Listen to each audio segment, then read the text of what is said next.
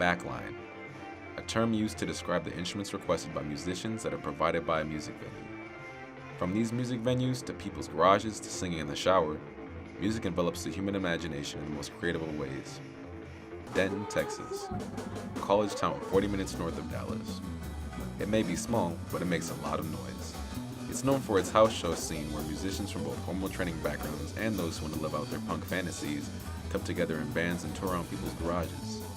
Playing shows in the most grungy of places, these bands hope to gain a following that will lead to commercial success. These bands are just as interesting and eclectic as the guests to attend these house shows.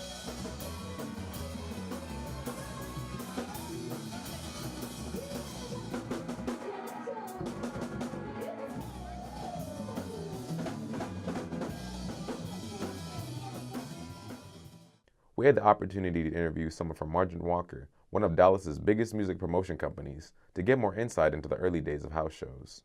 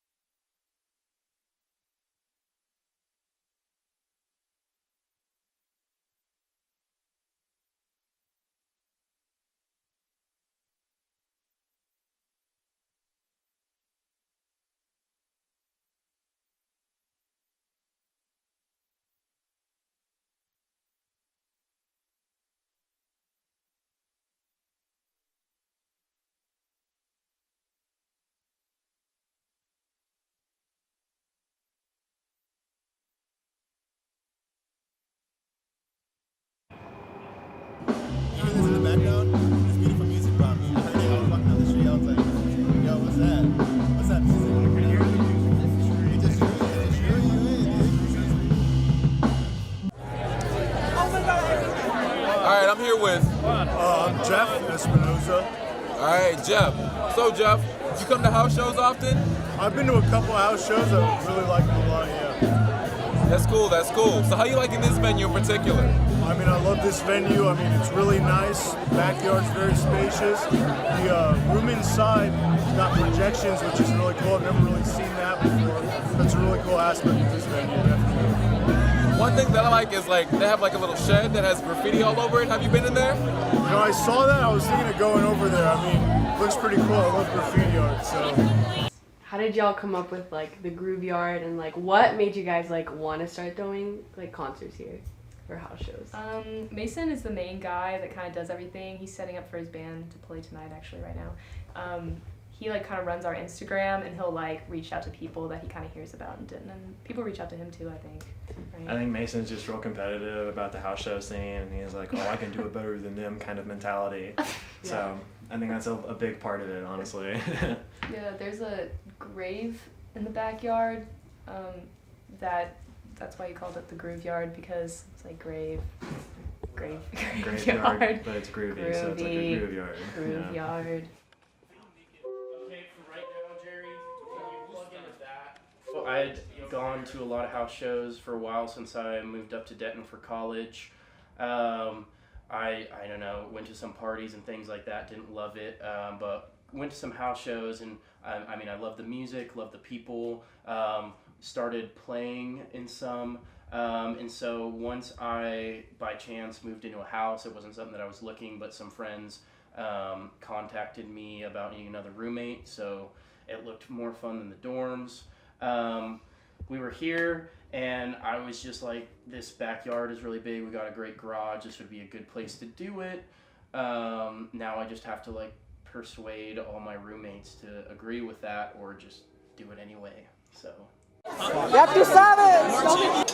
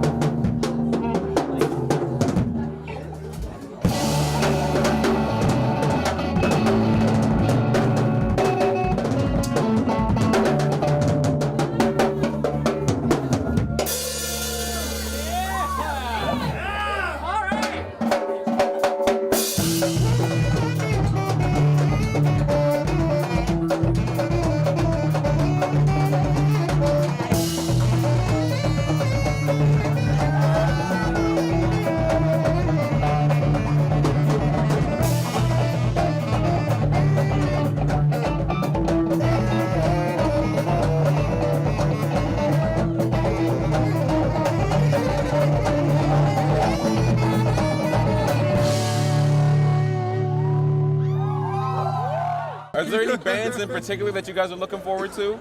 Acid Carousel is always great. Definitely do a great show. Yeah, I'm just here. It's funny that you mentioned Acid Carousel because we actually got an interview with them a little while ago. So I'm definitely excited to see them play too. They seem like really cool guys. Yeah, our buddy Lucas is in the band. He's a good friend. Oh, so you're in with them. That's pretty cool. I mean, kind of. We're just friends. I don't know. Can you guys tell me a little bit about like your performance today? Like, what are you guys gonna do today? We're gonna play some songs off the first record of Pink Floyd's first record, Piper at the Gates of Dawn. and then one song from not on that record. It's a different record. Bigger venue, smaller venue. Okay. Your preference. See, for me, I like this better, actually. This is funner. Just because, yeah, there's no stage, you're on the same level as everybody, so you can, like, look everybody, like, right in the face. Yeah, it's good to, like actually be able to, feel the crowd and vibe off them. There's no rules here either. But then it can get out of hand.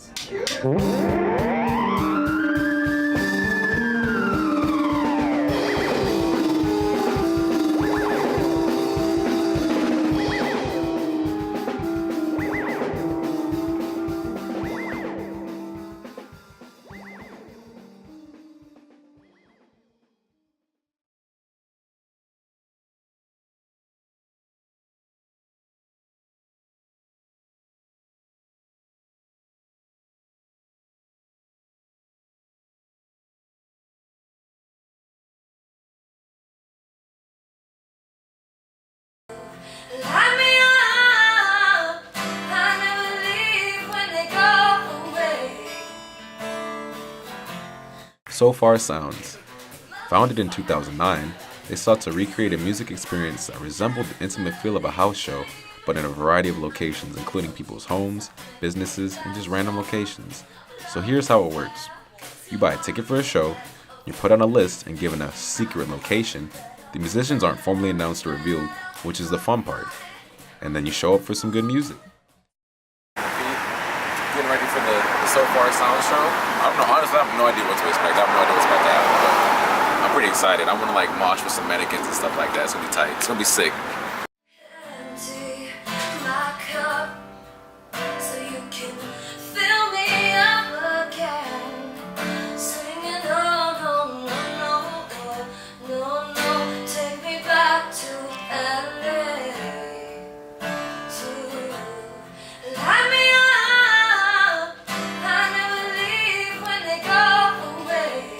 What's up? I'm Caleb. I'm here with Backline, and here we are with Fiona Gray. Hi there. First of all, I just want to say thank you so much for allowing us to interview you. No, I'm happy too. Thanks for having me. Yeah. So my first question is, how did you find out about SoFar Sounds? How did you get involved with them? Yeah, SoFar emailed me about 2 years ago to play an event, and that was kind of the first time I'd heard about SoFar, and I went to one and I was just shocked by how excited people were to discover new music. I mean, it's in this day and age, like people coming out and getting excited about discovering new artists, I think is really cool. And since then, I've done them in London, Chicago, Atlanta, now Dallas. Wow, so you've been all over. Been all over the map. So yeah, SoFar's the best. That's really awesome. So honestly, what is it that made you want to get into music? I always say that I never purposefully got into music. I just continued doing it. I've been writing and releasing music since I was like 6 years old. My first release was when I was 6. It was actually a song called Happy Lemons. Is that available like on Spotify, Apple Music, Disney Channel. That's super cool. Yeah, but since then, I mean, it was just what I did for fun. Was I wrote music, and I just kind of never stopped doing it. Here at Backline, we're based at UNT in Denton. And in Denton, we have like a culture like having a lot of house shows and stuff like that. You ever performed any house shows? No, you want to host me? I mean, yeah, honestly, we'd love to have you in Denton. Let's do a house show. I would love it. It's like, it's sort of like, it's kind of like SoFar Sounds in a way that it's like a smaller venue because it's usually like in people's houses and stuff. So it's like, it's really intimate. Yeah. I have played house shows. I like a good rowdy Oh show. yeah, we have a lot of mosh pits and stuff like that, so we get kind of wild dancing all over the place. Next time I'll be at a Denton House concert. Most definitely. So what are you working on right now as far as your music goes? Yeah, so this is like the last show. We've been on tour for over a month. Oh wow. This is the last show. I released a new record called Cult Classic. Cult Classic. September 14th. So we've been promoting Remember it. that. Yeah, it's available everywhere. So we've been touring that for the past month. We actually drive back to LA tomorrow. Drop the band off at 5 a.m. Dallas Airport, very early morning for us, and then we're getting ready back to playing LA October 8th, and then we'll be back on another tour probably around April. So at what point did you start to like pursue this seriously? We decided like this is what I want to do with my life. Like I always was. I never it wasn't really like I said, it wasn't like a switch. It was just like it's what I do. That's really awesome. I took a year off from college, and I said I have this 1 year to like fully do this. Though I was already released a record in high school, but within that year I jumped on a tour about a month and a half in. I was actually in this band. I was doing background in this band called Kitten, and we were opening for Charlie XCX. Oh wow, so that's super awesome. That was like a month out of high school. We played Dallas, I don't remember where, but we were on tour for about 6 weeks. And I think when you're on the road, you have so much time to just like be with yourself and think and write new music. And I pretty much jumped off that tour, made another record, and kind of never stopped doing it.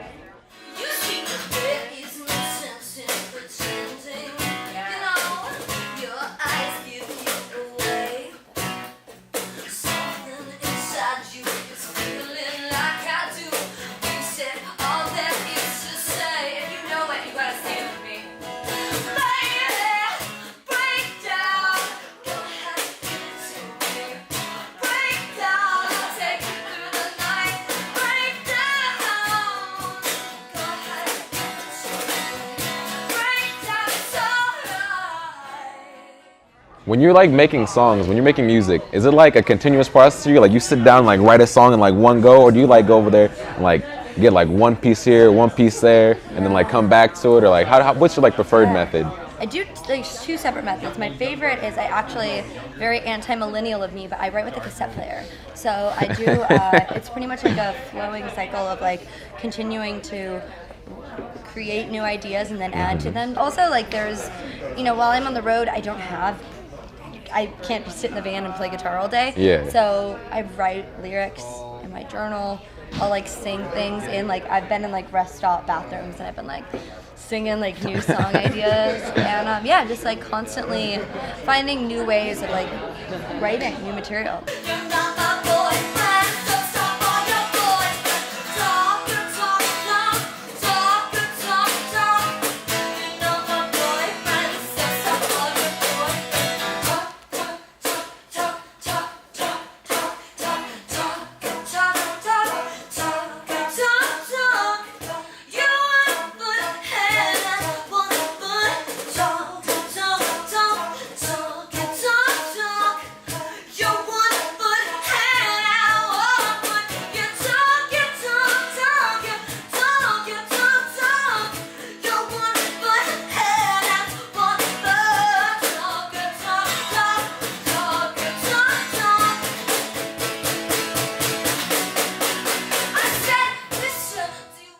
Is there anything that you would like to say, you know, to people watching? Well, any shouts out you want to give? Shout outs, yeah. Right? Well, the new record, Cult Classic, is out now. Cult Classic, out now. Yeah, find me on Instagram. I do a good, like every once in a while you'll find some drunk stories they're gems. I'm just gonna say they're gems. Yeah, the new record, stream it, save it, all that good stuff. And if I'm in one of your cities, come shake my hand, say I saw you. I saw that interview. But no, I really appreciate you guys chatting with me and being here, playing SoFar Dallas, and thank you. No problem. It was great interviewing you. So great. All right, I'm Caleb, and this is Backline. We're keeping you plugged in.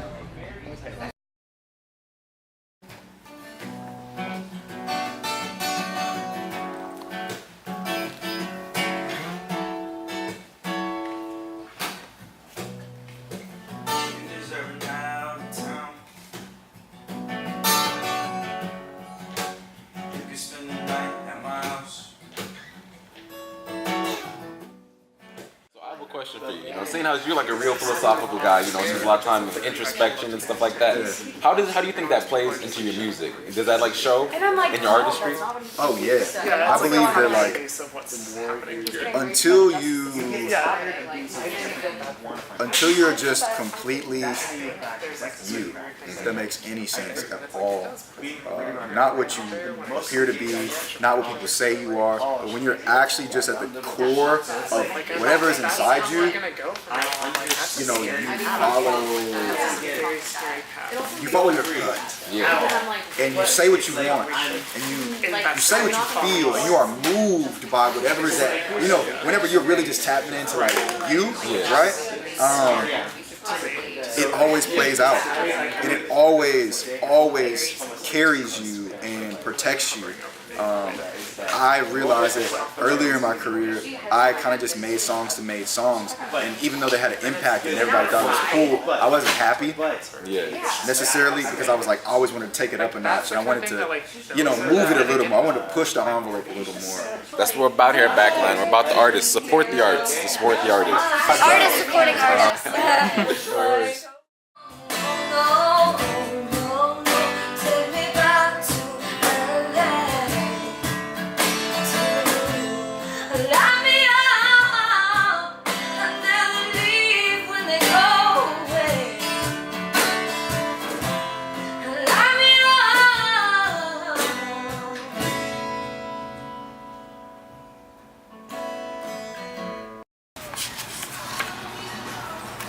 There's even like cool illustrations inside it. Like, look at this taco. That's cute as heck. I like it. He's so sophisticated. He's got the can. I don't like the cigarette though. Say no to big tobacco.